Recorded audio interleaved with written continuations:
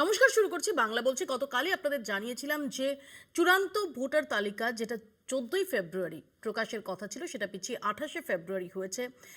পয়লা এবং 2রা মার্চ নির্বাচন কমিশনের যে শীর্ষস্থানীয় কর্তারা তারা আসবেন কলকাতায়। মার্চে জ্ঞানেশ কুমার তিনি রাজ্যে আসতে পারেন বলে জানা যাচ্ছে। এর পাশাপাশি আজকে অত্যন্ত গুরুত্বপূর্ণ একটি নির্দেশিকা নিয়ে জাতীয় স্তরে চর্চা চলছে। বন্দে মাতরম আমাদের রাষ্ট্রগীত, সেই রাষ্ট্রগীত গাওয়ার সময়, পরিবেশনের সময় উঠে দাঁড়ানো বাধ্যতামূলক করা হয়েছে এবং বিভিন্ন সরকারি অনুষ্ঠানে যে সমস্ত জায়গায় এই রাষ্ট্রগীত গাওয়া হবে, জাতীয় সঙ্গীতের আগে রাষ্ট্রগীত গাওয়া হবে, এই মর্মে নির্দেশিকা জারি করা হয়েছে কেন্দ্রীয় স্বরাষ্ট্র মন্ত্রকের তরফ থেকে। এই সব নিয়ে আমরা আলোচনা করব। আমাদের সঙ্গে যারা উপস্থিত রয়েছেন তাদের সঙ্গে পরিচয় করিয়ে দিই। সিপিআই এর তরফ থেকে রয়েছেন শ্রীকুমার মুখার্জি, তৃণমূল কংগ্রেসের পক্ষ থেকে রয়েছেন সুদীপ রাহা, কংগ্রেসের পক্ষ থেকে চন্দন ঘোষ চৌধুরী এবং আমাদের সঙ্গে এসে কিছুক্ষণের মধ্যেই যোগ দেবেন বিজেপির পক্ষ থেকে সজল ঘোষ। আমি আলোচনায় যাওয়ার আগে একটু দেখাবো যে এক দফায় নয়, বাংলায় 2 বা 3 দফায়, এমনকি সর্বোচ্চ 4 দফায় ভোটের সম্ভাবনা। দেখুন। এসআইআর টানাপোড়েনের মধ্যেই পশ্চিমবঙ্গে ভোটের দিনক্ষণ বাছাইয়ের লক্ষ্যে এগোচ্ছে কমিশন। দিল্লিতে এর মধ্যেই ছুটে গেছেন রাজ্যের মুখ্য নির্বাচনী আধিকারিক। বৈঠক করেছেন কমিশনের শীর্ষ কর্তাদের সঙ্গে। বাংলা ছাড়ার আগেই সিইও জানিয়েছিলেন এবার এক দফায় ভোট চান তিনি, তবে তা যে সম্ভব নয় তা বুঝিয়ে দিয়েছে দিল্লি। কমিশন সূত্রে খবর, বাংলায় এক দফায় ভোট সম্ভব নয়, 2 বা 3 দফায় ভোট করাতে চায় কমিশন। সর্বোচ্চ 4 দফাতেও হতে পারে বিধানসভা নির্বাচন। এপ্রিল মাস জুড়েই চলবে ভোটদান। ভোট গণনাও এপ্রিলেই শেষ করতে চায় কমিশন। মার্চ মাসের দ্বিতীয় সপ্তাহের শেষ দিকে জারি হবে বিজ্ঞপ্তি। রাজ্যের ভৌগোলিক মানচিত্র দেখে কোন এলাকায় কবে ভোট নেওয়া হবে তা ইতিমধ্যেই খতিয়ে দেখা শুরু হয়ে গেছে। কমিশন সূত্রে খবর, রাজ্যে এসআইআর প্রক্রিয়া ভালোই চলছে, তবে তা দ্রুত শেষ করার নির্দেশ দেওয়া হয়েছে। তবে এই এসআইআর প্রক্রিয়া নিয়েই সুপ্রিম কোর্টে সওয়াল করেছেন মুখ্যমন্ত্রী। কবিতা লিখে সমালোচনার ধার বাড়িয়েছেন অভিষেকও। মঙ্গলবারই সংসদে দাঁড়িয়ে নবারুণ ভট্টাচার্যের কথায় প্রতিবাদ ছুঁড়ে দিয়েছেন তিনি। এই মৃত্যু উপত্যকা আমার দেশ না, এই জল্লাদের উল্লাস মঞ্চ আমার দেশ না, এই বিস্তীর্ণ শ্মশান আমার দেশ না, এই রক্তস্নাতক কসাইখানা আমার দেশ না। তবে এসআইআর যে করতেই হবে তা স্পষ্ট করে দিয়েছে সুপ্রিম কোর্ট। কমিশন জানিয়েছে 28শে ফেব্রুয়ারি চূড়ান্ত তালিকা প্রকাশ করা হবে। এই কাজে মঙ্গলবার পর্যন্ত 1,41,00,000 ভোটারের শুনানি সম্পূর্ণ হয়েছে। বিলি হয়েছে 1,48,00,000 নোটিশ। দিল্লিতে বৈঠকের পর কমিশন জানিয়েছে 14ই ফেব্রুয়ারির মধ্যে নোটিশ সংক্রান্ত শুনানি শেষ করতে হবে। নথি যাচাই ও নিষ্পত্তির কাজ চলবে 21শে ফেব্রুয়ারি পর্যন্ত। 28শে ফেব্রুয়ারি প্রকাশিত হবে চূড়ান্ত তালিকা। কলকাতা টিভি। আমি আলোচনায় আসবো, তার আগে একবার সরাসরি চলে যাব। সত্যসুন্দর ভট্টাচার্য আমাদের সঙ্গে রয়েছেন। সত্য, আমরা যেটা জানতে পারছি যে একদিকে মার্চে জ্ঞানেশ কুমারের আসার কথা শোনা যাচ্ছে, দ্বিতীয়ত 69টা বহুতলে সেখানে বুথ করার ব্যাপারে যেটা আমরা দেখেছি বিজেপির তরফ থেকে এই বিষয়টা নিয়ে খুবই তদবির করা হয়েছিল। অন্যদিকে রাজ্যের শাসক দলের এটা নিয়ে একাধিক বিষয়ে আপত্তি ছিল। এরকম একটা পরিস্থিতি দাঁড়িয়ে 69টি বহুতল সেখানে বুথ হওয়ার ব্যাপারে তোড়জোড় চলছে। আর বেশ কিছু অসঙ্গতির কথা উঠে এসেছে, যেটা নিয়ে নির্বাচন কমিশন তা কড়া বার্তা দিচ্ছে যে এনুমারেশন ফর্মে যদি ত্রুটি থাকে তাহলে ব্যবস্থা নেওয়ার। একটু যদি সংক্ষেপে বিষয়গুলো আমাদের সামনে তুলে ধরো প্লিজ। তলে বুথের ক্ষেত্রে এর আগে সংশ্লিষ্ট ডিইও যারা রয়েছেন তাদেরকে রিপোর্ট দেওয়ার কথা বলা হয়েছিল, অর্থাৎ নির্দিষ্ট তার জেলাতে যে সমস্ত বহুতলগুলি রয়েছে সেখানে অন্তত পক্ষে 300 জন যদি ভোটার থাকে তাহলে সেখানে বহুতলে বুথের পরিকাঠামো রয়েছে কিনা সেটা খতিয়ে দেখতে বলা হয়েছিল। সেক্ষেত্রে সার্বিকভাবে গোটা রাজ্য থেকে বিভিন্ন জেলার যারা ডিইও রয়েছেন তারা যে রিপোর্ট জমা দিয়েছেন তাতে গোটা রাজ্যের 69টি এরকম বহুতল রয়েছে যেখানে বুথের পরিকাঠামো করা সম্ভব, এবং সেই রিপোর্ট জাতীয় নির্বাচন কমিশনে গিয়েছে এবং তারা সেটাকে অনুমোদন দিয়েছে বলে নির্বাচন কমিশন সূত্রে খবর। অন্যদিকে দেখা যাচ্ছে যে বেশ কিছু অসঙ্গতিও কিন্তু দেখতে পাওয়া যাচ্ছে। এই এনুমারেশন ফর্ম জমা পড়ার পরে যে তথ্যগুলো উঠে আসছে তাতে খুব আশ্চর্যজনক কয়েকটি বিষয় উঠে এসেছে। যেরকম মেটিয়া বুরুজের ক্ষেত্রে একজন ভোটারের সঙ্গে 10 জন তার ছেলে মেয়ে তার সঙ্গে প্রোজেনি ম্যাপিং হয়েছে, অর্থাৎ তাকে বাবা হিসেবে দেখিয়েছে এরকম 10 জন ছেলে এবং মেয়ে। এবং শুধু তাই নয়, তাদের জন্ম তারিখের যে তথ্য কমিশনের কাছে এসেছে তাতে দেখা যাচ্ছে যে তাদের ভাই বোনের মধ্যে একজনের ক্ষেত্রে তাদের বয়সের পার্থক্য 1 মাসেরও খুব কম, যেটা বাস্তবে সেটা কতটা সম্ভব সম্ভবই সেটা না, নিয়ে খতিয়ে সম্ভবই দেখছে না। নির্বাচন কমিশন। এবং শুধু তাই নয়, সংশ্লিষ্ট যে ইআরও তাকে এই গোটা বিষয়টি খতিয়ে দেখতে বলা হয়েছে এবং যে পার্ট নাম্বার উল্লেখ করা হয়েছে সেই পার্ট নাম্বারে তার ভোটার যে এনুমারেশন ফর্ম পূরণ করেছেন এবং সেখানে কিভাবে 10 জন ছেলে মেয়ে তাকে কিভাবে বাবা হিসেবে প্রজেনি ম্যাপিং এ তাকে লিঙ্ক করালো সেই বিষয়টিও খতিয়ে দেখা হচ্ছে। অন্যদিকে জন্মের আগেই জন্ম সার্টিফিকেট সেটাও কিন্তু কমিশনের নজরে এসেছে। এরকম দেখা যাচ্ছে যে বরহানগর বিধানসভার একটি নির্দিষ্ট পার্টের একজন তার 5 বছরই তার ভোটার তালিকাতে নাম উঠে এসেছে। সেখানে তার যে জন্ম তারিখ তার 2 দিন আগেই তার জন্মের সার্টিফিকেট শংসাপত্র সেটা ইস্যু করা হয়েছে এবং সেটা দেওয়াও হয়েছে। সংশ্লিষ্ট যিনি ইআরও রয়েছেন তার কাছে কিন্তু এই বিষয়টি ক্রস চেক করতে অর্থাৎ খতিয়ে দেখার নির্দেশ দেওয়া হয়েছে কমিশনের তরফে। সত্য ধন্যবাদ সত্যসুন্দর ভট্টাচার্য আমাদের সঙ্গে এতক্ষণ টেলিফোনে ছিলেন।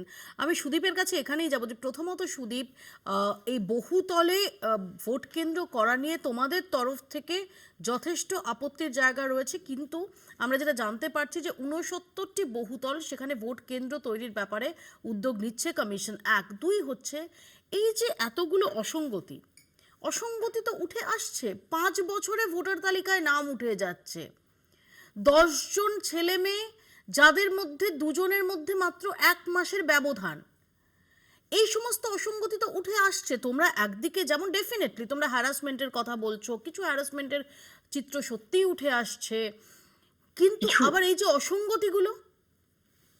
না না, আমি বলছি যে এই এপিক কার্ড দেয় কে, ভোটার তালিকায় নাম নথিভুক্ত করে কে, বয়স বসায় কে, বাবার নামটা বসায় কে। এপিক কার্ডটা যখন ইস্যু হয়ে আসছে সেখানে যদি নির্ভুল তথ্য না থাকে সেটার দায়িত্ব নির্বাচন কমিশনের। নির্বাচন কমিশন তারা যদি সুষ্ঠুভাবে তালিকা প্রস্তুত করতে পারে সেখানে নিশ্চিতভাবে আমরা চাইবো যে এখানে যে অসঙ্গতিগুলো এক্ষেত্রে রয়েছে সেই অসঙ্গতিগুলো না থাকুক। আমরা তো স্বচ্ছ ভোটার তালিকার পক্ষে, কিন্তু আমরা বলছি এসআইআর যে পদ্ধতিতে হয়েছে এবং বাংলা থেকে প্রায় 150 জনের বেশি মানুষ তারা প্রাণ হারিয়েছেন শুধু এসআইআর কে কেন্দ্র করে। এতগুলো দিন কেটে গেছে, আজ পর্যন্ত নির্বাচন কমিশনের পক্ষ থেকে মিনিমাম সৌজন্যতাটুকু দেখতে পাইনি আমরা। একটা দুঃখ প্রকাশ পর্যন্ত করা হয়নি, কোনো বিবৃতি জারি করা হয়নি। আমরা সেটাকেই বলছি যে অমানবিক ভাবে দিল্লির জমিদারদের কথায় বাংলা দখল করবার জন্য এসআইআর। আমরা তো এটাও দেখেছি যে মহারাষ্ট্রের নাসিকের বিজেপির জেলা পরিষদের প্রার্থী উজ্জ্বলা বুরুঙ্গুলে তার ভোটার কার্ড ইস্যু করা হয়েছে কোথায় না, দুবরাজপুরের পার্ট নম্বর 194 বীরভূম জেলায়। তো আমরা বাইরে থেকে বহিরাগত বিজেপির ভোট ঢুকিয়ে ভোট চুরি নির্বাচন কমিশন কি করছে? এটাও তাহলে অসঙ্গতি। এই অসঙ্গতির দায় নির্বাচন কমিশনের। দেখুন কত দফায় ভোট, কারা কিভাবে ভোট করবে। এর আগে আমরা তো নির্বাচনগুলো 2014 থেকে 21 পর্যন্ত ইডি সিবিআই সবার সাহায্য বিজেপি নিয়েছে। আজকে নির্বাচন কমিশনের সাহায্য নিয়ে স্যারকে এনেছে। আমরা বলছি আপনি স্যারকে এনেছেন ভালো কথা, এপ্রিল মাসে বর্ধমানের সীতাভোগ মিহিদানা খাইয়ে আমরা স্যারকে আবার পাঠিয়ে দেবো নিজের জায়গায়, ম্যাডাম বাংলায় থাকবেন। এটা বাংলার সজলদার কাছে আসি। সজলদা, এই যে অসঙ্গতিগুলো হয়েছে, সুদীপের বক্তব্য যে এপিক কার্ডটা ইস্যু করে কে? রাজ্য নির্বাচন কমিশন। এপিক কার্ড যে রাজ্যে থাকে সেই রাজ্যের নির্বাচন কমিশন এটাকে ইস্যু করে। এখন না জানাটা কোনো অপরাধ না, ভুলভাল বলাটা, ভুল জানাটা সেটা অপরাধ। রাজ্য নির্বাচন কমিশন বাইরে, বাইরে ভালো করে লেখাপড়া করতে হয় বাবু। তো আমার যেটা বক্তব্য হচ্ছে, অস্বচ্ছরা স্বচ্ছতার দাবি করছে, মানে মশারা ম্যালেরিয়ার বিরুদ্ধে আন্দোলন করছে, স্বচ্ছ ভোটার লিস্ট চাই। আমি বলি ভাই কমসে কম স্বচ্ছতার সঙ্গে বলো না যে কতজন মারা গেছে। তোমার আচ্ছা তোমাদের দিদিমণি বা তোমাদের ম্যাডাম তিনি সুপ্রিম কোর্টে বললেন 100, আজকে তোমাদের ওই কিতকিত করা কল্যাণ ব্যানার্জি তিনি বললেন 127, তুমি বলছো আচ্ছা তুমি না আপনি করে বলছি ভাই, বললেন আপনি 150, মরেছে আসলে কত? আপনারা যে বলছেন যে ক্ষমা চাইলো না, দুঃখ প্রকাশ করলো না, কটা নির্বাচন কমিশনকে জানিয়েছেন? আমি আপনাকে বলি, অশোক দাসের নাম শুনেছেন? অশোক দাসের স্ত্রী বিএলও ছিলেন, আপনাদের তৃণমূল করতেন, তার স্ত্রী হ্যাঁ, কাঁদতে কাঁদতে টেলিফোন করছিলেন আরেকজনকে, যে বলছেন অনন্যা ব্যানার্জি আর ওখানকার আরেক মস্তান কি নাম রাজু বিশ্বাস, এই দুজন এমন থ্রেট দিল যে আমার স্বামীকে মরতে হলো। তার জন্য কি ব্যবস্থা করেছেন? একবারও ক্ষমা চেয়েছে? আমি আপনাদের বলছি বিজেপির নাসিকের নেতা। আরে এর জন্যই তো এসআইআর দরকার, এর জন্যই তো এসআইআর দরকার। আমি আরেকটা জিনিস বলছি, দেখুন, ভাই বোনের মধ্যে 1 মাস বয়সের ডিফারেন্স হলে তাকে ডাকা হবে, কিন্তু একটা খুব অন্যায় কাজ করেছে নির্বাচন কমিশন। ভাই বোনের মধ্যে 6 মাসের তফাৎ, মমতা ব্যানার্জি বলেছিলেন। কাগজে কলমে তখনকার দিনে বাবা যা বসাতো, যা বলেছেন উনি, তাতে ওনার সঙ্গে ওনার ভাইদের সম্পর্ক হচ্ছে, ডিফারেন্স হচ্ছে 6 মাস। কেন এখনো ডাকিনি? খুব অন্যায় কাজ করেছে। আমি বলছি, দেখুন, এসআইআর প্রয়োজন, এসআইআর আছে। এসআইআর এর নিয়ে যে সমস্যা, এই সমস্যাটা সুদীপরা নিজেরা ক্রিয়েট করে দিয়েছে। বিএলওদের ভয় দেখিয়ে, দেখুন, বিএলওরা ইচ্ছাকৃতভাবে করবে না বেশিরভাগ ক্ষেত্রে, কারণ তারা দিয়ে দেয় না, তাদেরকে আবার কুকুর বলে, ঘেউ ঘেউ বলে। এরা বেশিরভাগটা হচ্ছে শিক্ষক, অন্য শিক্ষকদের সাথে কি কি ঘটছে এই রাজ্যে তারা দেখছে, ফলে তারা করতে চাইবে না। কিন্তু বিএলওরা বেশিরভাগই হচ্ছে আঞ্চলিক, ফলে স্থানীয় চাপ আছে। আবার একদল বিএলও ধর্মের কারণেও তাকে তৃণমূলকে সহায়তা করেছে। এই যদি ডাটা এন্ট্রি অপারেটর থাকতো, তাহলে এই সমস্যা এতটা হতো না। এই সমস্যাগুলো ওরা ইচ্ছাকৃতভাবে ক্রিয়েট আমি করিয়েছে। আসবো, আমি শ্রীকুমারদের কাছে আসি। শ্রীকুমারদা, কোন বিষয়টা?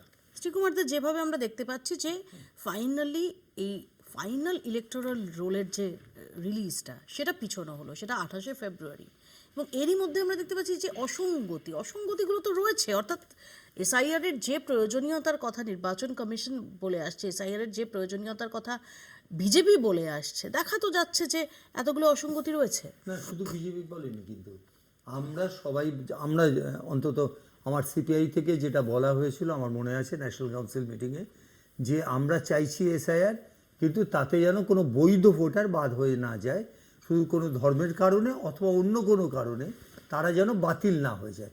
বাকি সব ঠিক আছে, কারণ সত্যিকারের যে মানুষ আছেন তাদের তো ভোটার থাকাই কথা, তা উচিত তো। আমার দেশে জন্মেছে একটা মানুষ, অথবা জন্মায়নি কিন্তু আমার দেশের নাগরিক হয়েছে পরবর্তীকালে, হতেই পারে, কারণ আইন আছে, কিন্তু তাকে ভোটের থেকে বাইরে করে দেব, এইটা তো চলতে পারে না। এখানে এসআইআর এর বিরুদ্ধে আমরা নই কখনো, কিন্তু এসআইআর এর যে পদ্ধতিতে হয়েছে সেইটা খানিকটা নিশ্চয়ই করে মানুষের কষ্টের কারণ ঘটেছে। ধরুন, সামান্য ভুল, এর জন্য খানিকটা রাজ্য সরকার তো নিশ্চয়ই করে দায়ী, কারণ যে অফিসারদের দেওয়ার কথা বলা হয়েছিল, মানে ইলেকশন কমিশন থেকে যাদেরকে চেয়েছিলেন, তারা তো জয়েন করেননি। পরিণতি কি হচ্ছে, যে কারোর নামের পরে কুমার আছে, কিংবা আছে প্রসাদ আছে, কিংবা কিছু দাঁড়িয়ে আছে, এইটা অ্যানোমালি হয়ে গেল, ডিসপিউটেড ভোটার, তাকে ডেকে পাঠানো হলো, সে বুড়ো লোকটা গিয়ে হাজির হয়ে গেল। প্রশ্ন হচ্ছে যে শুধুমাত্র কমান্ড দেওয়া নয়, কমান্ডটার পেছনে এটা আর্টিফিশিয়াল ইন্টেলিজেন্স দিয়ে করানো হলো। তো আর্টিফিশিয়াল ইন্টেলিজেন্সকে কমান্ড দিতে গেলে মানুষ লাগে, আর সেই মানুষকে কিন্তু এই গোটাটা বুঝতে হয়। এটা না বোঝা মানুষরা তারা কমান্ড দিয়েছে, ফলে লক্ষ লক্ষ লোকের তাদেরকে ডেকে পাঠানো হলো। এই জায়গাগুলো ভুল, এবং দুটো দিক থেকেই ভুল। একটা ইলেকশন কমিশন যদি এত শর্ট টাইমের মধ্যে এটা না করতো তাহলে ভালো হতো, এত মানুষের হ্যারাসমেন্ট কম হতো। 1 2 নম্বর কথা হচ্ছে যে রাজ্য সরকার তাদের অফিসার না দেওয়া, আর এখন তো আরও অন্য কথা শুনছি, শুভেন্দুবাবু যা বললেন আমি জানি না এটা সত্যি কি মিথ্যা, কিন্তু বলছেন যে গ্রুপ বি স্টাফ বদলে গ্রুপ সি, গ্রুপ ডি, গ্রুপে এইসব লোকদের পাঠানো হয়েছে। এখন এইটা পাঠানো হলো, এটাও গুরুতর অন্যায়। এর পরবর্তীকালে যে লিস্ট বেরোবে সেটা যদি চ্যালেঞ্জ হয় তাহলে সেটাও বাতিল হয়ে যাবে, মুশকিল তো এখানে। কাজেই আমার মূল কথা যে ইলেকশনটা হোক বৈধ ভোটার দিয়ে, ইলেকশনটা হোক দখল না করে, কারণ যে 7 লক্ষ ভোটে একটা এমপি জিততে পারে নাকি কখনো? অনিল বসু কত ভোটে জিততেন? হ্যাঁ, অনিল বসু কত ভোটে জিততেন? 6 লক্ষ মতো ভোটে জিতেছিলেন, এবং সেটা ডিসপিউট আছে। না না, আমরা স্বীকার করে নিচ্ছি যে সেটা বলছি, কিন্তু এটা কেউ বলেনি কখনো যে গোটা বামফ্রন্টটা এসেছে ফলস ভোটিং নিয়ে। এটা কোনোদিন আপনার নন্দরানী দল হ্যাঁ, তো কি একটা হয়েছে? বিধানসভায় 1 লাখ ভোটে জিততে। তার উল্টোটাও হয়েছে। না না, উল্টোটা তো হবেই, তো সেটাই তো হয়েছে, সেই এটা- জন্য বলছি পরিবর্তন কিছু হয়নি। না, না, শুধু এই- নবান্ন টু রাইটার্স হয়েছে, আর না, কি এই হয়েছে? Writers কথাটা to তো- নবান্ন। ওই হলো আর কি, আমি হ্যাঁ। বলছি একটা, দুটো, তিনটে, আমি স্ট্যাটিস্টিক্সের লোক, আমি সরাসরি বলছি 2, 3, 4 এটা বিচ্ছিন্ন, কিন্তু কখনো এটা প্রসেস নয়। তৃণমূলের সময় এটা প্রসেস, তৃণমূলের সময় ভোট না কি করতে বলছেন পারাটাই দাদা? নিয়ম। প্রথম আমি দুটো এটা তিনটে বলছি। আপনারা ভদ্রলোক ছিলেন, ভালোভাবে করেছেন অর্গান। আমি সামগ্রিকভাবে সবাইকে বলছি না, আমি বলছি পুরো বামফ্রন্টের মধ্যে মেইনলি সিপিএম। আমি একটু এক সেকেন্ড এখানে দেখুন, এক সেকেন্ড সজল, এখানে যখন এইটা তোমাকে বলতেই হবে এই কারণে যে প্রথমবারে যখন আমাদের সরানোর জন্য যারা যারা একসাথে হয়েছিল, তার মধ্যে তৃণমূলের সাথে তো বিজেপি হয়েছিল। আচ্ছা আমি সুমনদার কাছে আসি, কারণ যে সময়ের আলোচনা হচ্ছে সেই সময় অর্থাৎ তৃণমূল কংগ্রেসের আবির্ভাবের আগে পর্যন্ত সিপিআইএম অর্থাৎ বামেদের সঙ্গে যুযুধান প্রতিপক্ষ যারা ছিল কংগ্রেস, তাদের বর্তমান প্রতিনিধি আমাদের সঙ্গে রয়েছেন সুমনদা, আপনি নিশ্চয়ই এতক্ষণ শুনছিলেন সজলদা এবং শ্রীকুমারদার মধ্যে কথোপকথন। মানে কিভাবে শুরু করলে ভালো হয়? তুমি কোনটা শুনতে চাইছো? 34 বছরের বাম শাসন এবং যুযুধান দুপক্ষ, সেই সময় আমাদের কি অভিযোগ ছিল সেইটা, না এখন সজলরা কিভাবে গণতন্ত্রকে এসআইআর কে ব্যবহার করে ধ্বংস করার চেষ্টা করছে সেই পোর্শন? দুটোই সুমনদা, দুটোই। দেখুন, আমি একটা কথা বলি, 34 বছরের বাম শাসন, তাদের নির্বাচনী প্রক্রিয়া এবং গণতন্ত্রকে বিনষ্ট করা এবং বিভিন্ন বেআইনি পদক্ষেপ নিয়ে প্রার্থীদের জেতানো, বিরোধী কর্মীদের উপরে অত্যাচার করা, এগুলো সর্বজন বিদিত, এগুলো অস্বীকার করার কোনো জায়গা নেই।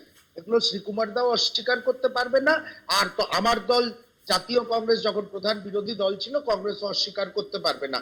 বহু অভিযোগ আছে, কিন্তু এই 34 বছরের পরে তারা পরিবর্তনের ডাক দিয়ে পশ্চিমবঙ্গে ক্ষমতায় এলো, তারা কিভাবে গণতন্ত্রকে ধ্বংস করলো সে আলোচনাটাও তো করতে হবে। সজলরা সেটা সাইন্টিফিক ওয়েতে, কখনো এসআইআর, কখনো ঘুরপথে এনআরসি, কখনো সিএ, ওদের একটা স্টাইল আছে, ওরা একটা কর্পোরেট স্টাইলে গণতন্ত্রকে শেষ করে। সেটাও ভারতবর্ষের মানুষ এবং বাংলার মানুষ দেখতে পাচ্ছে। এখানে তৃণমূলের প্রতিনিধি রয়েছে মমতা বন্দ্যোপাধ্যায়, আজকে উনি এত সোচ্চার এসআইআর এর বিরুদ্ধে। মমতা বন্দ্যোপাধ্যায় কাগজ ছিঁড়ে মেরেছিলেন চরণজিৎ সিং আটওয়ালের মুখে, এটা বারবার আলোচিত হচ্ছে যখন থেকে এসআইআর প্রক্রিয়া শুরু হয়েছে। কিন্তু আজকে ওনার মনে হচ্ছে স্বচ্ছ ভোটার তালিকার দরকার নেই, আজকে ওনার মনে হচ্ছে এটা নিয়ে সুপ্রিম কোর্টে গিয়ে ওকালতি করার প্রয়োজন আছে। সব জায়গাটায় দ্বিচারিতা। খুব সংক্ষেপে আমি সুদীপের বক্তব্য নেবো, খুব সংক্ষেপে 30 সেকেন্ডে। দেখুন, আমি প্রিয়াঙ্কা চতুর্বেদী সহ গোটা কংগ্রেস নেতৃত্ব মূলত এই কেসে আমাদের যারা সহযোগিতা করেছেন, এই ধরুন অভিষেক মনু সিংভি, কপিল সিব্বাল, তার থেকে বড় কংগ্রেসই তো সুমনদাকে মনে করি না। সুতরাং সুপ্রিম কোর্টে কি করেছে? সুপ্রিম কোর্টে মমতা বন্দ্যোপাধ্যায়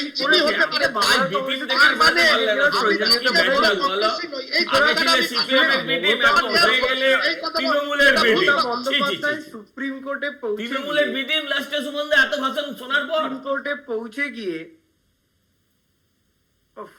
সুদীপ, মাঝখানে নাক গলানো গোষ্ঠীকে একটু বলুন না, না, না, একটু ধৈর্য ধরতে বলুন। না প্লিজ কোনো প্রশ্ন অ্যাটাক না, বলবেই।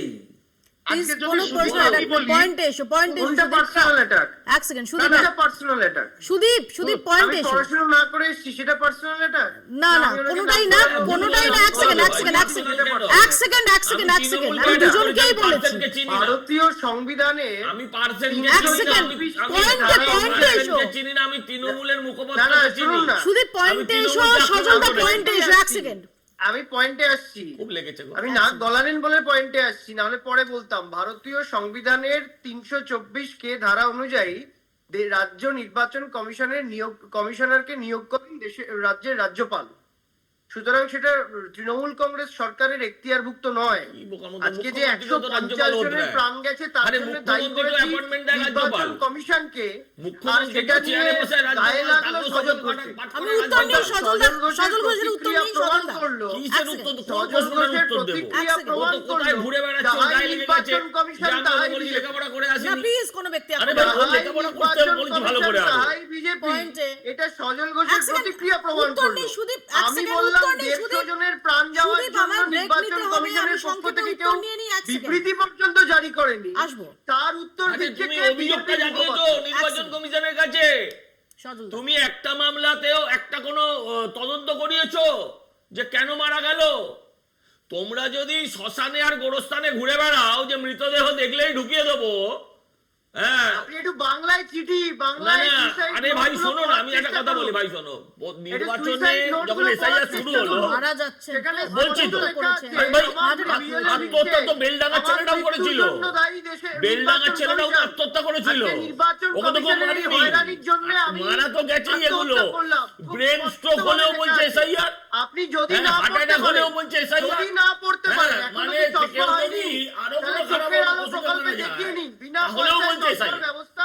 আমি আমরা আসবো, তো একটা সেবা ছোট্ট আশ্রয় বিরতি চলছে, আমাকে সেবা নিতেই আশ্রয় হবে। দেখান। ছোট্ট একটা বিরতির পর ফিরছি, দেখতে থাকুন বাংলা বলছে। সরকারি অনুষ্ঠান থেকে রাষ্ট্রপতির ভাষণ, এবার থেকে বন্দে মাতরম চলবে সমস্ত সরকারি অনুষ্ঠানে। জাতীয় সঙ্গীতের মতোই উঠে দাঁড়িয়ে জানাতে হবে সম্মান। রাষ্ট্রগীত নিয়ে নয়া বিধি জারি করল কেন্দ্র। 6টি স্তবকী গাওয়ার নির্দেশিকা নিয়ে নতুন করে দানা বাঁধছে বিতর্ক। দেখুন, বন্দে মাতারামের 150 বছর পূর্তিতে নয়া নির্দেশিকা কেন্দ্রের স্তবক ছাঁটাই বিতর্কের আবহেই রাষ্ট্রগীত গাওয়ার বিধি নির্দিষ্ট করে দিল স্বরাষ্ট্র মন্ত্রক। নতুন নির্দেশিকায় বলা হয়েছে, বন্দে মাতারামের 6টি স্তবক গাইতে হবে। রাষ্ট্রগীতের সময় আনুমানিক 3 মিনিট 10 সেকেন্ড। জাতীয় পতাকা উত্তোলনের সময় গাইতে হবে। সরকারি অনুষ্ঠানে রাষ্ট্রপতির প্রবেশ এবং প্রস্থানের সময় বন্দে মাতারাম গাইতে হবে। জাতির উদ্দেশ্যে রাষ্ট্রপতির ভাষণের আগে গাইতে হবে। সরকারি অনুষ্ঠানে রাজ্যপালের প্রবেশ এবং প্রস্থানের সময় বন্দে মাতারাম গাইতে হবে। রাষ্ট্রীয় মহড়া বা কুচকাওয়াজে জাতীয় পতাকা নিয়ে আসা হলে গাইতে হবে। রাষ্ট্রগীত গাইবার সময় উঠে দাঁড়াতে হবে। একযোগে সমবেত সঙ্গীত গাওয়া যেতে পারে। রাষ্ট্রগীত এবং জাতীয় সঙ্গীত অর্থাৎ বন্দে মাতারাম এবং জনগণ মন বাজাতে হলে প্রথমে বন্দে মাতারাম বাজাতে হবে। बहुत सुंदर, इससे सुंदर क्या हो सकता है। अब अपनी संस्कृति, अपने भारत पर गर्व करेंगे। हमारी आने वाली पीढ़ी इस नए भारत में और उत्साहित होगी। वंदे मातरम पे चर्चा हो रही थी, वो लोग कंफ्यूज हो रहे थे वंदे भारत के साथ, तो एटलीस्ट उनको अंतर तो पता चलेगा। रोज जब बोलेंगे वंदे मातरम गाना गाएंगे तो उनको वंदे भारत और वंदे मातरम में क्या डिफरेंस होता है वो समझ में आए। কেন্দ্র 6টি স্তবক যুক্ত করার নতুন নির্দেশিকা জারি করতেই শুরু হয়েছে তুমুল বিতর্ক। গানটির প্রথম 2টি স্তবকে দেশ ও মাতৃকার প্রাকৃতিক সৌন্দর্যের বর্ণনা থাকলেও পরবর্তী স্তবকগুলোতে দেশ ও মাতাকে সরাসরি হিন্দু দেবীর সঙ্গে তুলনা করা হয়েছে। সেই সময় সেই কারণে ধর্মীয় ভাবাবেগকে মর্যাদা দিয়ে 2টি স্তবকই শুধু গাওয়ার সিদ্ধান্ত নেয় তৎকালীন কংগ্রেস নেতৃত্ব। স্বাধীনতার পরেও যাকে অনুসরণ করা হয়, ফলে এবার ভিন্ন মত চাপিয়ে দেওয়া হচ্ছে বলে অভিযোগ উঠছে। वो तो सब जगह गाया जाता है, लेकिन वंदे मातरम में जो जिस चीजों को आप जोड़ा जा रहा है वो तो उपासना का तरीका है। अब मैं अपनी उपासना आपके ऊपर थोप नहीं सकता। मैं नहीं कहूंगा आपसे कि आप दरूद शरीफ पढ़ लो। एहतराम के मानों में है और इज्जत के मानों में है, सब कुछ सही है, लेकिन अगर इबादत के मानों में है कि हम उसकी इबादत करते हैं तो हमारी मजहब में सही नहीं होगा। तो हम अल्लाह के अलावा किसी की इबादत नहीं करते। তবে বন্দে মাতারাম নিয়ে এই নির্দেশিকাকে স্বাগত জানিয়েছে বিজেপি। বন্দে মাতারাম থেকে স্তবক ছাঁটাই করে অন্যায় করেছিল কংগ্রেস। নতুন নির্দেশিকায় গানটি তার প্রকৃত মর্যাদা ফিরে পেয়েছে বলছে গেরুয়া শিবির। कवि कुछ लिखता है और कुछ लेखक कुछ लिखते हैं तो उसकी काट छाट करके उनको कितनी आत्मा को उनको कितना कष्ट पहुंचता होगा। लेकिन आज प्रधानमंत्री जी ने जो इतना बड़ा हमारी जनरेशन को, पूरे देश को जो इतना बड़ा एक तरह से मैं कहूंगी एक उपहार है, उसके लिए मैं सबको बहुत शुभकामनाएं। সঞ্জীবনী মন্ত্র হচ্ছে বন্দে মাতরম। বন্দে মাতরমের মধ্যে দিয়ে মাকে প্রণাম করা হয়, ভারতবর্ষকে প্রণাম করা হয়। এটা ওয়েলকাম করছি, কার্যকর হওয়ার দাবি রাখছি, অনুরোধও করছি। বাংলায় ভোটের আগে বন্দে মাতারাম নিয়ে আসরে বিজেপি, তৃণমূলের কটাক্ষ, দেশভক্তি দেখাতে গিয়ে বন্দে মাতারামের জায়গায় না বন্দে ভারত বলে ফেলে গেরুয়া শিবির। এটা তো খুব ভালো কথা, কিন্তু বন্দে মাতরম যখন বাজাবেন তার আগে যেন বলে দেওয়া হয় যেটা বঙ্কিমচন্দ্র চট্টোপাধ্যায়ের লেখা, এটা বঙ্কিম দাসের লেখা নয়। বন্দে মাতরম যখন বাজাবেন তখন যেন এটা বলে দেওয়া হয় যে এটা আসলে বন্দে মাতরম, বন্দে ভারত নয়। কারণ পার্লামেন্টে দাঁড়িয়ে তো বিজেপির সাংসদরা বন্দে মাতরমটা উচ্চারণটুকু করতে পারেন না, বন্দে ভারত বলে ফেলেন। বা এটা যেন মাথায় রাখা হয় যে বঙ্কিমচন্দ্র চট্টোপাধ্যায় যদি আজকে বেঁচে থাকতেন তাহলে তাকে যেন লজিক্যাল ডিসক্রিপেন্সির নাটক করে তাকে হিয়ারিং এর শুনানিতে দাঁড় না করানো। স্বাধীনতা সংগ্রামীদের বুকে বিপ্লবের আগুন জ্বেলেছিল ঋষি বঙ্কিমচন্দ্রের লেখা এই গানটি। আনন্দমঠ উপন্যাসের অংশ এই গানটি হয়ে উঠেছিল স্বাধীনতা সংগ্রামীদের মূল মন্ত্র। দেশ স্বাধীন হওয়ার পর এই গানটিকে রাষ্ট্রগীত হিসেবে গ্রহণ করা হয়। যদিও ধর্মনিরপেক্ষতার স্বার্থে তার কিছু পংক্তি বাদ দেওয়া নিয়ে আপত্তি ছিল গেরুয়া শিবিরের। এবার পংক্তিগুলি জোড়ার পাশাপাশি জাতীয় সঙ্গীতের মতোই রাষ্ট্রগীতকেও দৈনন্দিন জীবনে বাধ্যতামূলক করে দিল কেন্দ্র। কলকাতা টিভি। আমি প্রথম সুমনদার কাছে, সুমনদা একটা বিরাট ঐতিহাসিক প্রেক্ষাপট রয়েছে যেখানে আমরা জানি জওহরলাল নেহেরু, নেতাজি সুভাষচন্দ্র বোস, রবীন্দ্রনাথ ঠাকুর, তাদের মধ্যে নানা রকম মত বিনিময়, আলাপ আলোচনা এই সমস্ত হয়েছে যে বন্দে মাতরম, যেটা সত্যি সত্যি সঞ্জীবনী মন্ত্র হয়ে উঠেছিল বিপ্লবীদের। এবং বিপ্লবীরা তারা হাসতে হাসতে যখন ফাঁসির দড়ি গলায় নিতেন তখন তাদের উচ্চারিত শেষ শব্দবন্ধ থাকতো এই বন্দে মাতরম।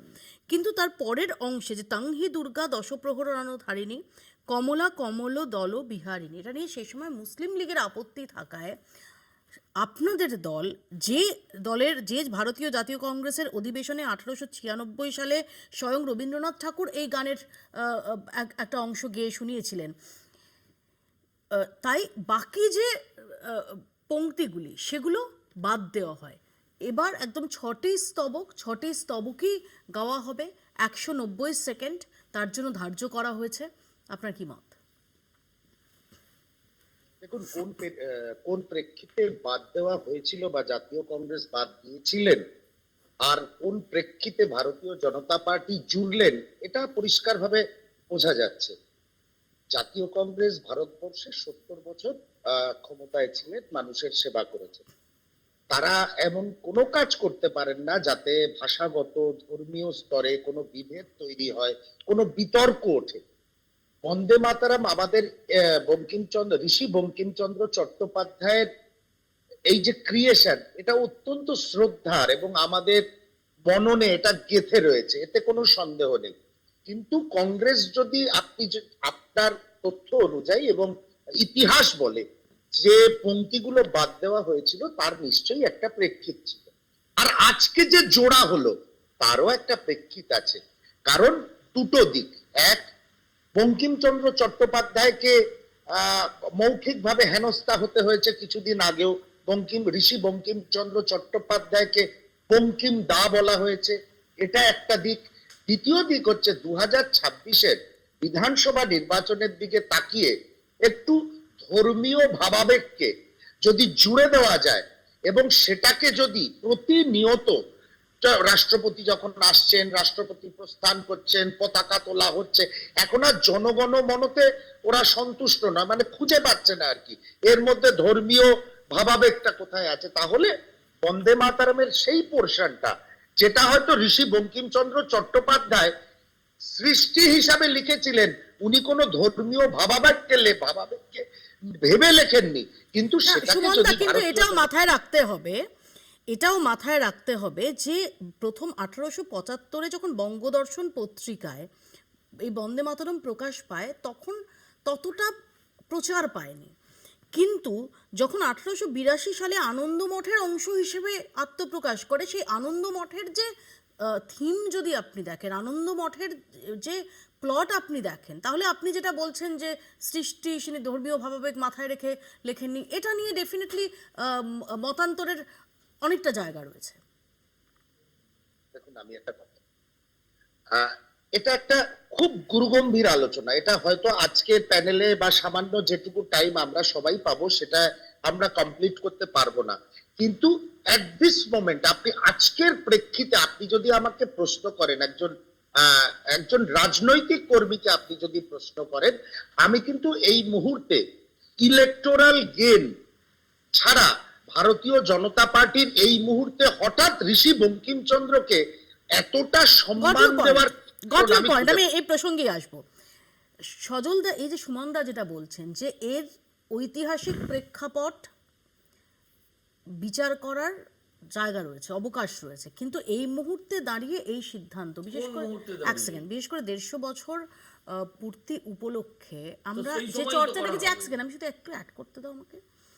আমরা দেখেছি তোমাদের কর্ণাটকের নেতা বিজেপির এমপি বিশ্বেশ্বর হেগড়ে কাগড়ি, তিনি বলেছেন যে ব্রিটিশ শাসককে অভ্যর্থনা জানাতে জনগণ মন রচনা করা হয়েছিল। অর্থাৎ একাধিক ক্ষেত্রে আমরা গত 3-4 মাসে দেখেছি কার্যত রবি ঠাকুর ভার্সেস বঙ্কিমচন্দ্র করা হয়েছে, কার্যত জনগণ মন ভার্সেস বন্দে মাতরম করা হয়েছে, এবং যে কারণেই তৃণমূল হোক বা কংগ্রেস হোক, তারা হচ্ছে ইলেকটোরাল গেনের দিকে তাকিয়ে এই সিদ্ধান্ত, এই প্রশ্নটা তুলছে। আমি এবার বলবো, প্রথম কথা হচ্ছে যে যখন কেউ জনগণ মনকে ছোট করেন, আপনারা সমালোচনা করেছিলেন তো, তাহলে আজকে ওয়েলকাম করুন যদি এটা মনে হয় যে ঠিক করেছে। প্রথম কথা হচ্ছে ইলেকটোরাল ভোট পলিটিক্স, এটা এখন কোথায় আছে? শুধু পশ্চিমবঙ্গে, শুধু পশ্চিমবঙ্গে 5 রাজ্যে। আরে ভাই 5 রাজ্যের তার মধ্যে পশ্চিমবঙ্গ রয়েছে। না আমি বলছি ঋষি বঙ্কিমচন্দ্র, আমি আপনাকে বুঝিয়ে বলছি, বন্দে মাতারামের 150 বছরটা তাহলে পিছিয়ে দিতে হতো, যেমন ওই জন্মের আগেই বার্থ সার্টিফিকেট সেরকম ভাবে পিছিয়ে দিতে হতো। 150 বছর যখন হবে তখনই তো হবে। আপনি আমাকে বলুন যে এই লোকটাকে, এই সুমনদাকে আমি সারা জীবন বন্দে মাতারাম বলতে দেখেছি, আজকে বন্দে মাতারামে কত প্যাচ করছে, এর মধ্যে কত রাজনীতি খুঁজছে। আজকে যদি আমরা সবাই মিলে একসাথে বলে উঠি বন্দে মাতারাম, তাহলে আর ভোট পলিটিক্সে কি ভ্যালু থাকবে তার? মুশকিল হচ্ছে সুমনদাদের দলে, সুমনদারা হচ্ছে সংখ্যালঘু, সুমনদাদের দল আজকে সত্যি সত্যি সংখ্যালঘু, এরা সুমন রায় চৌধুরীরা, এখানে যারা আছে তারা বন্দে মাতরম বলতে চায় না। লক্ষ্মী ভান্ডারটা সাম্প্রদায়িক নয়, আপনার চোখে আজকে বন্দে মাতরম সাম্প্রদায়িক মনে হচ্ছে। সে ভোটের দিন হোক, মৃত্যুর আগের দিন হোক, ভোটের পরের দিন হোক, যেদিন ভালো জিনিসটা আসবে সেদিন আপনি তাকে ওয়েলকাম করবেন না কেন? আপনি যখন কেউ আমাদের জাতীয় সঙ্গীতকে ছোট করেছেন, আপনি সমালোচনা করেছেন, আমিও বলছি যে তিনি অন্যায় করেছেন, তার শাস্তি হওয়া উচিত। আপনিও দাঁড়িয়ে বলুন যে যেদিনেই হোক যদি ভালো জিনিস হয়ে থাকে, কংগ্রেসরা এটাই শুধু একটা চেঞ্জ করেনি। আমি বলছি, আমি ঠিক নাম বলতে পারবো না, রামধুন বলে যে গানটা, রঘুপতি রাঘব রাজা রাম, এই গানটায় এদেরকে কে অধিকার দিয়েছিল গানটার লাইনগুলো পাল্টে দেওয়ার? গানটাকে সাম্প্রদায়িক যদিও তুমি গেও না, কিন্তু তার কবির গান মমতা ব্যানার্জি পাল্টে দিলে আমরা রাগ করবো, আর যদি গান্ধীজি পাল্টে দেয় আমরা সেটা চুপ করে সহ্য করবো। এটাও আজকের ভারতবর্ষ। আমি আসবো, আমি সুদীপের কাছে আসি। সুদীপ, দেখুন, বাংলার নির্বাচন এবং বিজেপি মোটামুটি তৃণমূলের বিসর্জন। না প্লিজ বলতে দাও, না না প্লিজ বলতে দাও। ঠিক আছে, তুমি বলছো যাবো।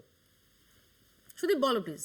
বাংলার মনীষীদের নাম উচ্চারণ করতে গিয়ে এরা যেভাবে লেজে গোবরে হয়েছে, দেশের স্বরাষ্ট্রমন্ত্রী রবীন্দ্রনাথ ঠাকুর বলতে পারেন না, রবীন্দ্রনাথ সান্যাল বলে গেছেন।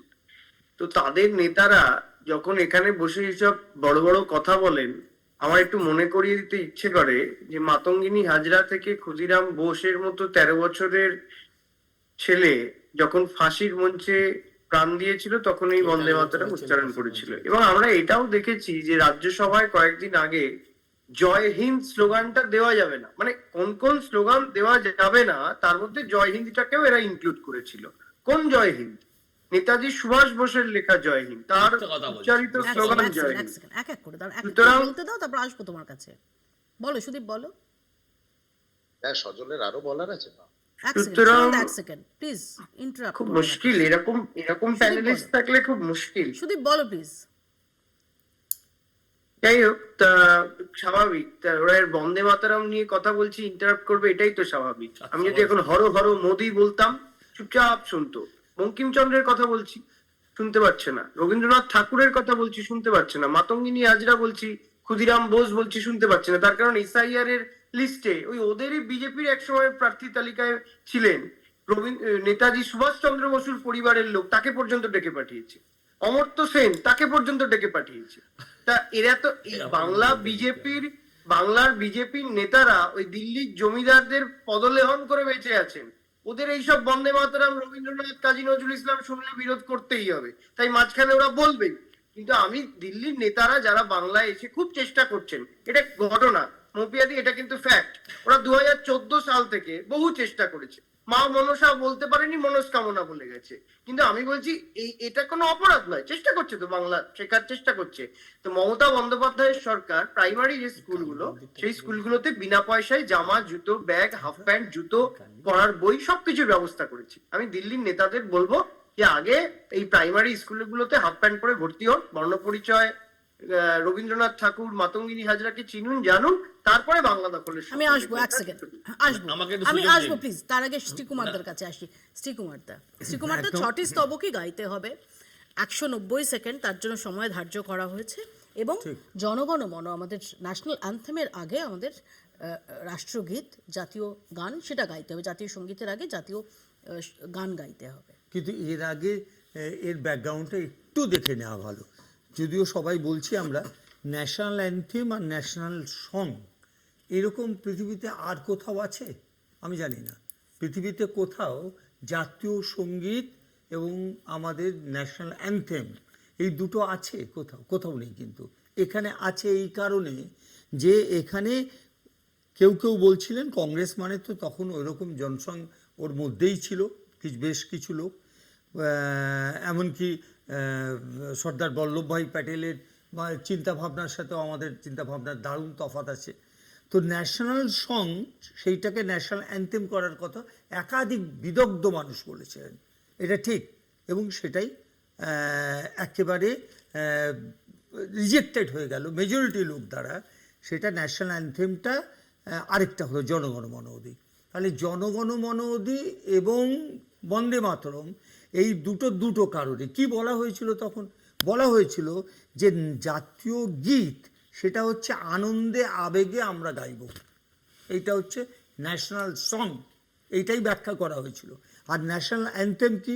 যেখানে প্রতিজ্ঞা কাজ করবে, অর্থাৎ কোনো প্রোগ্রাম, সেখানে আমাদের প্রতিজ্ঞা, কোথাও কোনো ভাবনা, তার সাথে আমাদের প্রতিজ্ঞা, দেশের প্রতিজ্ঞা, এইটার জন্য সেটা হচ্ছে ন্যাশনাল অ্যান্থেম। পৃথিবীর সব দেশে খেলতে নামছে খেলোয়াড়রা, তারা প্রতিজ্ঞা নিচ্ছে যে আমরা জিতবো, এবং তখন ন্যাশনাল অ্যান্থেম গাইছে।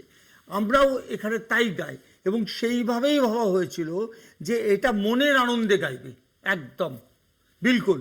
কিন্তু সেখানেও যদি আবেগে কোথাও লাগে, যে পরের দুটো প্যারাগ্রাফ যেখানে দাঁড়িয়ে মাকে স্মরণ করা, মাকে প্রণাম করা, ওরা সংখ্যালঘু মানুষ, মানে একদম মুসলমানই কথাটা ব্যবহার করছি, তারা দ্বিতীয় কোনো মা এটা ভাবে না, কাউকে পুজো করাটা বিশ্বাস করে না।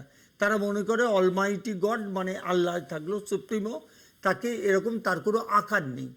দেশমাতৃকার একটা আকার দেয়া হয়েছিল, এবং সেটা আমাদের ম্যাপ, এবং সেইখানে দাঁড়িয়ে তাদের প্রতিবাদ ছিল গোটা বিষয়টা।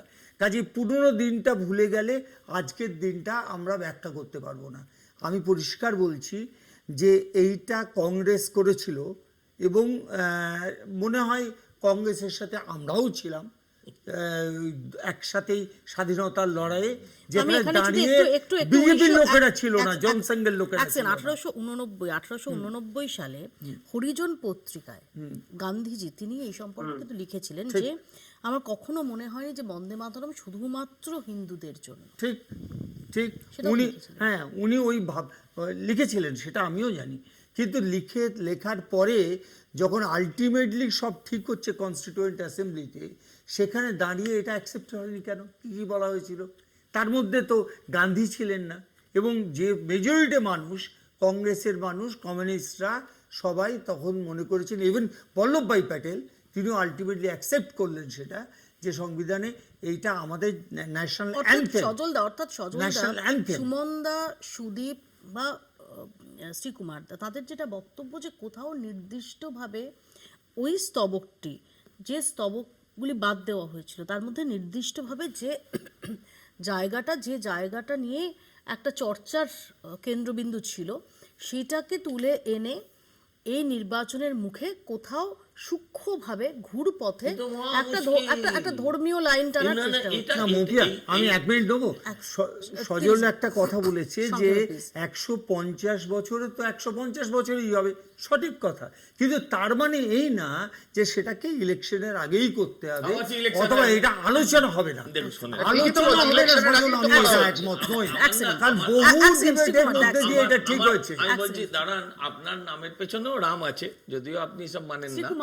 ও আচ্ছা, শ্রীকুমার আছে, নাম ভুল করবে। যাই হোক, আমার যেটা বলার বক্তব্য, দেখুন আপনি যে এই যে কুমার জাতীয়- আছে ওনার নাম। হ্যাঁ ওটা ভুল হয়েছে। হ্যাঁ, আমি বলছি যে জাতীয় সঙ্গীত নিয়ে যে আজকে বামপন্থীরা আলোচনা করছে, যারা ইয়ে আজাদি ঝুটায় বলতে ভালোবাসতো, হ্যাঁ, তো কি হয়েছে? বলছি তো, হ্যাঁ হ্যাঁ এখনো বলছে, তারা জাতীয় সঙ্গীতে আলোচনা সেই করছে, সময় আমরা এটাই তাই ভেবেছিলাম। না বলছি, আপনারা তো নেতাজিকেও তেজর কুকুর ভেবেছিলেন, গান্ধীজি, আপনারা স্বামীজিকেও ভণ্ড সাধু ভেবেছিলেন, আপনারা আজকের রবীন্দ্রনাথকে দিনে পুঁজিপতির যেটা দালাল সত্যি, ভেবেছিলেন, political আপনারা সব ক্ষেত্রে science-এ ভেবেছিলেন। আপনারা আজকের- শুনুন না, আপনারা এটা ইন্দিরা শুনতে রাজি নই তো। এক সেকেন্ড বলিনি, আপনি ইন্দিরা গান্ধীকে আপনারা ডাইনি ভেবেছিলেন, ঠিক। রাজীব গান্ধীকে বপরছে চোর ভেবেছিলেন, সব ভাবনাটা ভুলছিল, পরবর্তীকালে সব স্বীকার করে নিয়েছেন। এটা আপনাদের মত। আমার বহু ভাবনা বলছি তো, ঠিক না, না, ছিল, আরে- যেখানে তোমরা উল্টো দিকে না না পথে, শুনুন না, পথে। আপনি সেগুলো বলতে পারবেন না। আমি একটা কথা বলছি, আমরা যা করেছি আমি অন্তত আপনাকে গরিব বলছি, মানুষগুলোর আমি জন্য আপনাকে করেছি। বুঝিয়ে বলছি যে আমার প্রথম যেটা বক্তব্য, যে সংক্ষেপে, প্রধানমন্ত্রী আমি তো সংক্ষেপে আর ওরা ইলাবরেটলি, আমার বক্তব্য যে যারা এখানে বলতে বসে পারেনি। আছে, এসব ব্যাপারে আমি প্রচন্ড strong। কড়াই গন্ডায়, আমি বলছি ওই যারা বসে বসে ওখানে সব বলছিলেন না যে প্রধানমন্ত্রী এই উচ্চারণ করতে পারে না, সেই বলতে পারে না, আমি দুজনকে দুটো প্রশ্ন দিচ্ছি, আমি মাস্টারমশাই নয়, যে পিটি উষার পুরো নাম তৃণমূল বলুক, আর কংগ্রেসের আমি বড় বলবো? নেতা, দাঁড়ান না, পিভি নরসিংহ রাওয়ের পুরো নাম বলে দিক, বুঝবো। এক হ্যাঁ, বলে দেবো, বলে দেবো। Please, পরে বলবো, পরে বলবো। কুইজ মাস্টার হয়ে যান। দাঁড়াও, বলতে দেওয়া হোক। সুভাষ বোসকে বলছে, সুভাষ বোসের বাড়ির বলতে- লোকেদের ডেকে হয়েছে, বলতে দেওয়া হোক। ভাগ্য ভালো ফৌকিয়া সুভাষ বিবি বোসকে নরসিংহ রাওয়ের ডেকেইনি পুরো আমরা, নাম ওরা তো বলে দাও। সুভাষ বোসকে ডেকেছিল, যে সুভাষ দাকে ডেকে দিন, বাড়িতে রং হচ্ছে, সুদীপ, মাল দেবেন এক না। সেকেন্ড, সুদীপ, উত্তর দিন। শুনুন না, ও কি উত্তর দেবে? সংক্ষেপে, আরেকটা কথা বলতে এক হবে, সেকেন্ড, এক সেকেন্ড। কালী বা মনস্কামনা পূর্ণ করা কালী, এগুলো নিয়ে তোমরা অসম্মান করছো, কারণ আরে তখন তোমরা আপনি এগুলো তৃণমূল নিজেরাই করতে। জানো না, তোমাদের প্রেম আমি ভালোবাসা বলছি- পশ্চিমের আমি দিকে, বলছি সেটা যে আমরা জানি সজল বাংলার ঘোষের মানুষ। মতো eligible এক leaderরা সেকেন্ড, সুদীপ, সুদীপ, এক যদি মিনিটে, সুমন্ত এক সজল মিনিটে। ঘোষের মতো বাংলা জানা এলিজিবল লিডাররা এরা যদি একটু অমিত শাহের ক্লাস নিতেন, তাহলে ওরা এরকম আরে খারাপ তুমি দেখতো। বলো না, আরে একটা অন্য এক সেকেন্ড, রাজ্যের এক লোক এক করে। এসে এই অন্তত রাজ্যের মা একটা মনসা। মানুষের নাম উচ্চারণ করতে ভুল করতে পারে। অন্তত আমি মা তোমাকে জাস্ট মনসা। প্রশ্ন করছি, বলতে পিটি উষার পুরো নাম বল। মনস্কামনা আরে ভাই, এক সেকেন্ড, বলতে দাও। সজল, please এটুকু বলতে তো দাও। আপনাদের জানানোর কথা। খুব গায়ে লেগেছে। কি হেভি আসলে- লেগেছে গো, হেভি আসলে লেগেছে। খুব গায়ে বন্দে লেগেছে। মাতারাম নিয়ে নোংরামি করবে, গায়ে লাগবে না? এই নেতাদের বলুন হাফ প্যান্ট পরে দিদির প্রাইমারি এই দেখো বলছে আবার হাফ প্যান্ট বলছে, আর বারমুডার কথা বললে তখন করে না। প্রাইমারি কেন প্লিজ, ও হাফ প্যান্ট বলবে অ্যালাউড, আমি বারমুডা বললে বলবে অ্যালাউড না, এটা ঠিক। গরুর দুধে সোনা পাওয়া নেতা তিনি আরে রবীন্দ্রনাথের গরুতে শুধু বর্ণপরিচয় সোনা নয় রে ভাই, মনে আছে? গরুতে সোনা, মনে আছে? গরুতে শুধু গরুর সোনা দুধে নয়, সোনা পাওয়া নেতা গরুতে রবীন্দ্রনাথের ফ্ল্যাট, বর্ণপরিচয় গরুতে করেছিলেন। গাড়ি, গরুতে আরে আপনাদের থেকে- পাওয়া যায় না এমন জিনিস আপনাদের নেই। থেকে খুব একটা তোমরা ভারতবর্ষ মাতালে, নিয়ে শোনো না, শিখবো না। দিলীপ দা কেন বলেছিলেন, শিখবো না? তোমরা তার কারণ প্রমাণ করেছো আপনারা যে যে বাংলাকে গরুর ভেতরে বাংলাদেশী এবং নেই রোহিঙ্গা বলে, এমন জিনিস এই নেই। বাংলার ছেলে রবীন্দ্রনাথ ঠাকুর এই দেশের জাতীয় সঙ্গীত লিখেছেন। আপনারা যে সুমন দা। বাংলাকে বাংলাদেশী রোহিঙ্গা বলেন, সেই বাংলার নেতাজি এক সুভাষ সেকেন্ড, বোস সুমন দা, এই এক সেকেন্ড, সমাজটা সুমন দা। লিখেছেন। আপনারা না, যে না, বাংলাকে সুমন দা, বাংলাদেশী রোহিঙ্গা বলেন, সুমন দা। সেই বাংলা থেকে সুদীপ, সেই এক সেকেন্ড, বাংলা থেকে সময় শেষ। 497 জনের বেশি সুমন দা। তারা প্রাণ দিয়েছিলেন। থামলে তো বলবো, এই যে মক ফাইটটা চলছে এটা থামুক আগে। হ্যাঁ হ্যাঁ, মক ফাইট। এক সেকেন্ড, বলতে দাও। সজল দা এই বলতে তোমাদের দাও। জোট কার সজল দা সাথে? বলতে দাও। সজল দা বলতে দাও। ওরা 294 ওই তো আসনে এতক্ষণ ধরে একলা বলছিল। লড়বেন, একলা লড়বেন। কংগ্রেসের এমনি লড়বেন, একলা ওরা, লড়বেন না, প্লিজ। ওদের সঙ্গে দুটো লোক বলতে নেই, দাও, বলতে দাও, এমনি বলতে একলা। দাও। 294টি আসনে জাতীয় কংগ্রেস একলা লড়বে, তাতে কার কি গায়ে জ্বালা ধরছে আমার জানা নেই। আরে ভাই, এক। প্রপোজাল দ্বিতীয় second কথা লাগে। হচ্ছে দ্বিতীয় কথা হচ্ছে পিভি প্রপোজাল নরসিংহ রাওয়ের সেকেন্ড লাগে অনেকগুলো। এক সেকেন্ড, বলতে দাও। সত্যি। দ্বিতীয় কথা হচ্ছে পিভি নরসিংহ রাওয়ের পুরো নাম হচ্ছে পামুলাপর্তি ভেঙ্কট্টা নরসিংহ রাও। এটা সকল কংগ্রেসীরা, তোমারও জানা উচিত ছিল, তুমি একটা আরে, কংগ্রেস করেছো। ওনার এটা কথা রাহুল গান্ধী জানে। লিখতে পারেন, উনি কি quiz master এটা নাকি? দুর্ভাগ্য। ও প্রশ্ন করলে আমরা সজল উত্তর ঘোষ দেবো। জানে না, দিল্লির সজল জমিদার। ঘোষ জানে না। আমি বলছি দিল্লির জমিদার, ওর প্রশ্নের ওই উত্তর দেখো, দিতে কে কার গেল। দেখা যাচ্ছে। ও দিল্লির জমিদার কে নাকি? কার দেখা যাচ্ছে, দেখেছো? ও দিল্লির এক সেকেন্ড জমিদার। দাও। ওদের জমিদার আরে সময় একদম শেষ। একদম, একদম, এক সেকেন্ড, আমি আমাকে 1 শেষ সেকেন্ড করতেই নিতে হবে। চাই। রাগ করো হচ্ছে- না, রাগ করো কেন তোমরা এরকম? তা হচ্ছে পুজো করা, ঠাকুর বিশ্বাস করা, এর বাইরে আমি শুধু একেবারে রামকৃষ্ণ পরমহংসর সাথে এর একটা কথা মনে করিয়ে দিচ্ছি। সংক্ষেপে। বঙ্কিমচন্দ্রকে জিজ্ঞেস করলেন তুমি আসবে না দক্ষিণেশ্বরে, তিনি কি বলেছিলেন? তিনি যে কথা বলেছেন সেটা টিভিতে সবটা বলা যাবে না, শুধু একটা কথা বলে দিই, তিনি বলেছেন না আমি ওখানে কোনোদিন যাব না। আমি আমাদের বিশ্বাস সময় করি একদম আমার শেষ। হাততে যা বেরোবে সেটাই ঠিক। সময় তাতে কোনো আপনারা পুজো সেটাকে টুজো পরিবর্তন বাংলা করবেন। বলছে এখানেই শেষ করছি, দেখতে থাকুন কলকাতা টিভি।